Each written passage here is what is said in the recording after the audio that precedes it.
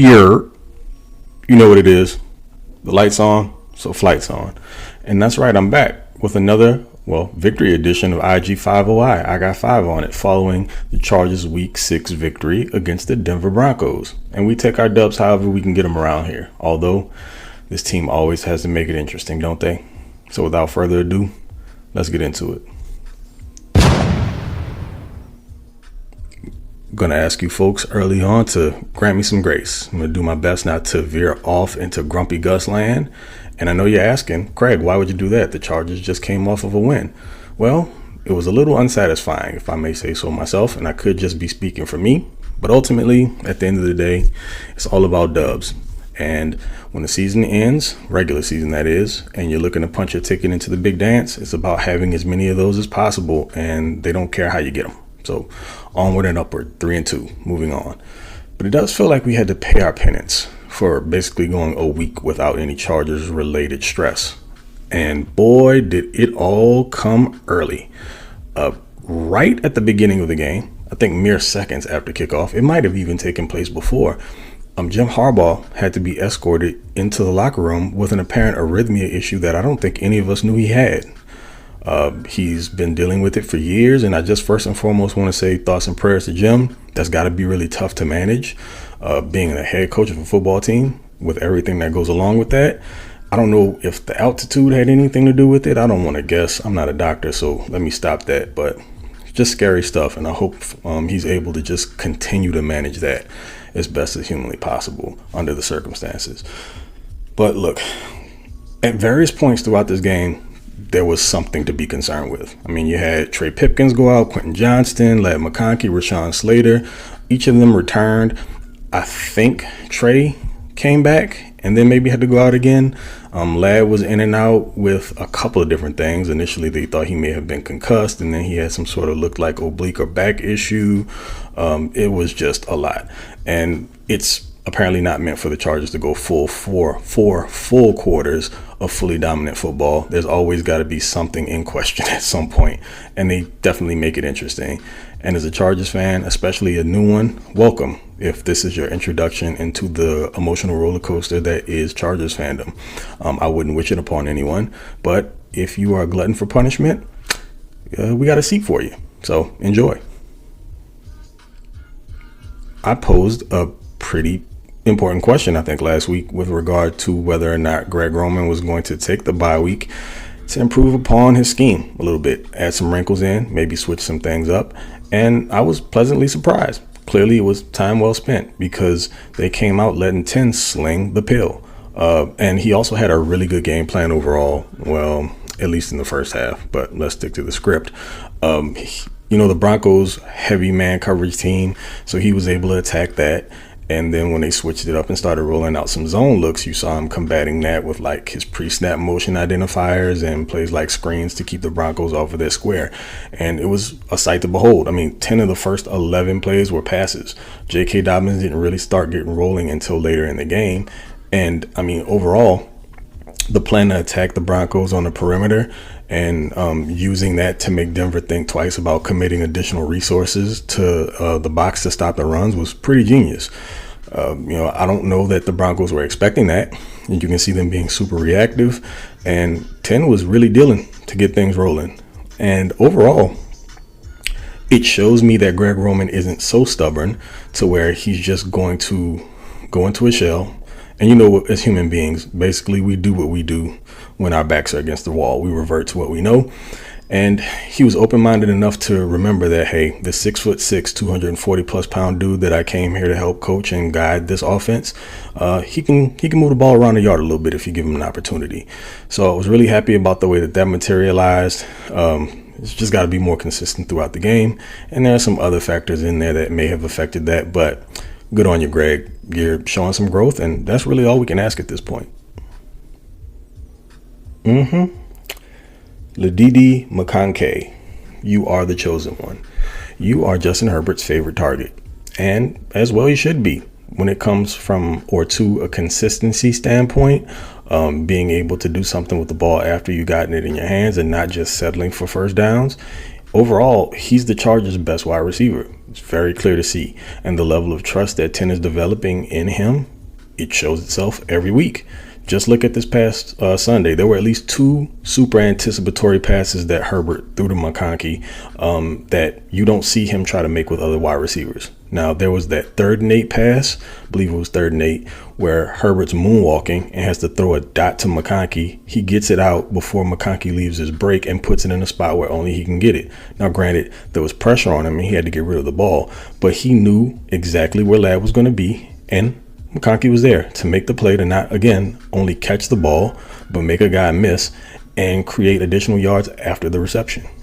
No other Chargers player is doing that with any regularity.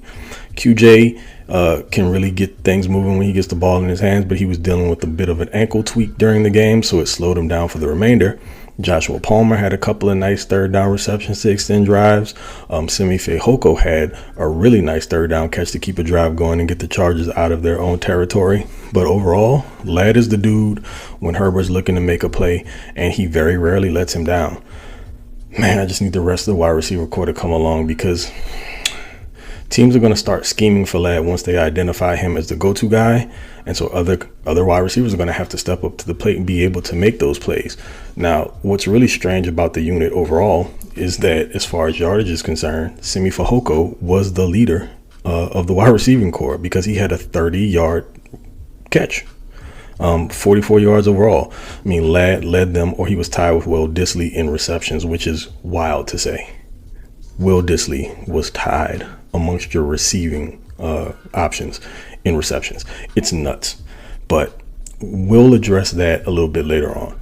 Overall, just want to say this again. Ladd is the guy. He's going to continue to be the guy. We just got to keep him healthy, because if anything happens to him, the passing game goes to hell in a hurry, unless the Chargers make a move to do something about that beforehand, which, again, we'll discuss soon. One time for the young boys, please.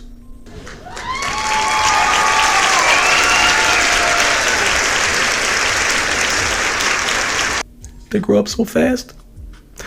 I want to call out 3 rookies, man, because they played very, very well this past week, and they had to. They were pressed into action due to injuries to starters or guys that typically get starter snaps, if you will.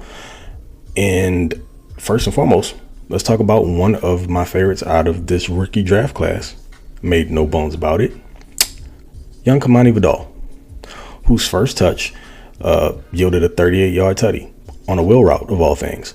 And it wasn't just that Herbert's pass was tremendous, because it was. What was even more impressive was the catch, because Vidal essentially had to catch the back end of the ball, maintain balance, and then outrace the defenders into the end zone. Sort of reminiscent of another 30 in powder blue, but without the cement shoes, or cleats, sorry. And then Tarheeb Still. One of my bold predictions before the season started was that I thought he would overtake the slot role from Jasir Taylor. Now, Jasir's out due to injury, but if he didn't get his spot back, wouldn't be shocked, because Tarheeb's ready. You see that pass breakup deep down the field that he made to that shot to Marvin Mims? Like, he played Mims' hands without actually making contact. I know he didn't necessarily get his head around, but to tell you the truth, I think he played it the way that he needed to based on his positioning, because had he turned his head, he might have lost track of where the ball was going, and it may have resulted in a big play for Mims, maybe even a touchdown, and that forced the Broncos to punt. So that was a difference-making play from a guy who's still very, very young in his career as a rookie. Tells me the stage isn't too big for him. So Tarheeb, you're my guy, you've been my guy, and hopefully you see more action moving forward. And then, whoa boy, Cam Hart. Here's some interesting stats for you. Not sure if you guys were aware. He allowed 0 receptions and was targeted exactly 0 times. And he showed himself to be a really, really solid tackler on the perimeter. He was playing boundary corner, and that had been some of our concern, well, at least mine, because in the preseason, he looked like he needed a ton of work with open field tackling. He's one of those guys that would lead with his shoulder and not wrap up. Wasn't a problem on Sunday. So what does that also tell you? They already have a contingency plan if ASJ isn't re-signed. And that's a different conversation for a different day, but it also speaks to the level, again, of development with this coaching staff, because Cam did not look anywhere near ready to get out on the field as a starter. And Sunday makes you kind of rethink that. Now, the sample size is small, and I mean, the Broncos didn't exactly have the most potent passing game, but we're still talking about a guy who is really kind of still learning the position, having only played it for a short time in college. And that's kind of a reoccurring thing with some of these Chargers players, some of these draft picks. But man, Cam looks like he is ready to be a future contributor on the outside for the Chargers. And maybe the cornerback position isn't as big of a need as we thought as far as depth is concerned. Not saying that they don't need to address it any further. If they chose to, I'd be perfectly fine with that. Take a strength or something that's close to it and make it even more solidified. So I'm all good with that. But all three of those dudes definitely played their roles very, very well on Sunday. Even with still having to play a little outside cornerback after Christian Fulton went out. He, had that touchdown, not really touchdown, that Cortland Sutton came up with, but he was in good position there as well. And he's not meant to be an outside corner. He did play some at Maryland, but he should be living in the slot. And I think there'll be more opportunities for all three of these dudes, specifically over the course of the next few weeks, due to some of the players that are on IR. And let's see how they hold up. Okay, folks, that favor that I asked earlier about giving me a pass if I had to go just a little Max Goldman, got to cash that in right now. And I know that I probably just aged myself, as I tend to do. So Gen Zers out there, that is a character from the movie Grumpy Old Men. It's one of my favorites, and I highly recommend it. You should check it out when you get a chance. But anyway, let's start here. Red zone offense. It's a problem. When the Chargers find themselves up against higher powered offenses who can put points up on the board, it could come back to bite them if they find themselves in the red area that often, only coming away with 3. I mean, hell, it almost happened on Sunday. And then, of course, there's still the interior offensive line. Now, before I get into specifics here, I want to give Zion Johnson some props because he mostly played a pretty good game, except he still has this tendency in high leverage situations to not really do his job. That's got to get cleaned up. It's way too much of a consistent thing. So I said specifics. Here we go. In the second quarter, 3rd and goal with just over 7 minutes before half, you get to see the entire offensive line do their best Three Stooges impression. It led to a sack, and of course they had to settle for 3 there. Then, when was it? A little over 9 minutes left in the fourth quarter, 3rd and 9 from their own 20. Take your pick. Salyer, Bozeman, Zion, all lackluster. Not sure what the Chargers are going to do about this or what they can throughout the year. Again, we know that teams don't necessarily like just handing over quality offensive linemen. So these guys are just going to have to get better, become more cohesive as a unit, or I don't know, they're going to have to figure out how to work around that weakness. Not having a more physical and athletic receiving target for Herbert is also showing itself to be a problem, and it will help them in those red zone situations, which is why I think in this order, the Chargers need to be targeting before the trade deadline, tight end first, wide receiver second. And again, Ladd McConkey's ability to separate is something that's not a common theme amongst this wide receiver group. So you can't count on him to be able to do that in short areas of the field super often. And when you don't have that area to maneuver, a bigger body guy that can out physical folks really comes in handy. Chargers don't currently have that. Next thing up that I have to criticize just a little bit. And it's weird to say this because overall they played pretty well, but there were still some lapses here and there.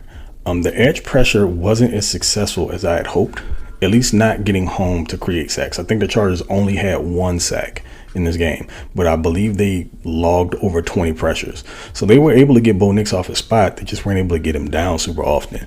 Bud Dupree and Derwin were out there looking like Sly Stallone and Rocky II chasing the chicken. Both missed 2 really, really key sacks that led to really big plays.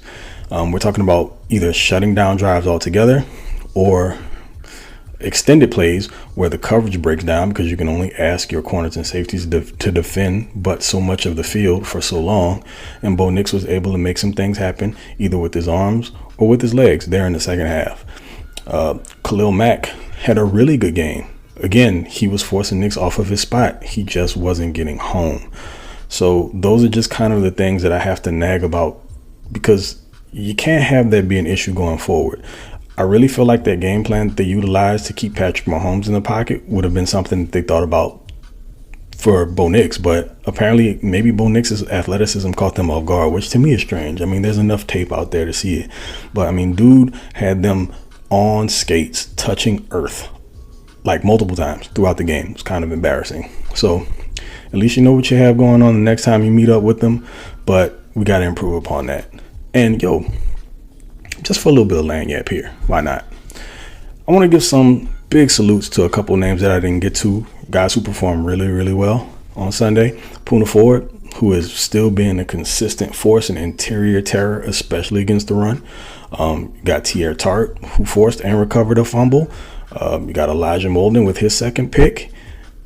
Notice something. All three of these dudes were guys that I was lauding during the offseason and during camp that the Chargers acquired, and I thought they would be bigger contributors than what a lot of folks did. Now, many of us were really happy about these additions, but there were some people out there that were poo-pooing all over them and thought they were nothing at all. But the results speak for themselves. And also, you got your kickers, kicker and punter. Cam Dicker going 3 for 3 and still being perfect through his first 2 years inside of 50 yards. It's no small feat. No pun intended there. I really did not try to do that intentionally, but, you know, bars. And J.K. Scott, for what he doesn't give you in distance, he makes up for in height. And he made 2 key punts that were pinned inside, or pinned Denver inside their own 10-yard line. So salute to him for that. I mean, we give him a whole lot of gripe, but this is one of those games where it still wasn't perfect, but those 2 kicks were clutch. So JK, you did your thing. And also J.K. Dobbins. How could I not mention J.K. Dobbins? Where would this offense be without Dobbins? And who saw that coming at the beginning of the year? Number one, you would consider him being a risk just due to injury, so you couldn't count on him for an entire season. But we're literally counting on him to be the motor of our offense right now, because he's what's making the run game go. The interior offensive line is something that he's having to maneuver around quite often, looking and feeling for holes, darting to the outside where he can, setting up blocks. Things are not really easy for him to maneuver, and he's still making a whole lot out of it. I mean, you're talking about lemonade from lemons. Said that backwards. No one's doing that more than J.K. Dobbins. So right now, to me, he's the offensive MVP. There's really no question about it. But folks, that's going to be it for me. Another of my musings, post-game rant, another 5-piece for that head top. And it, again, like I said before, it's a win. There's a lot to improve upon. There's a lot to work with.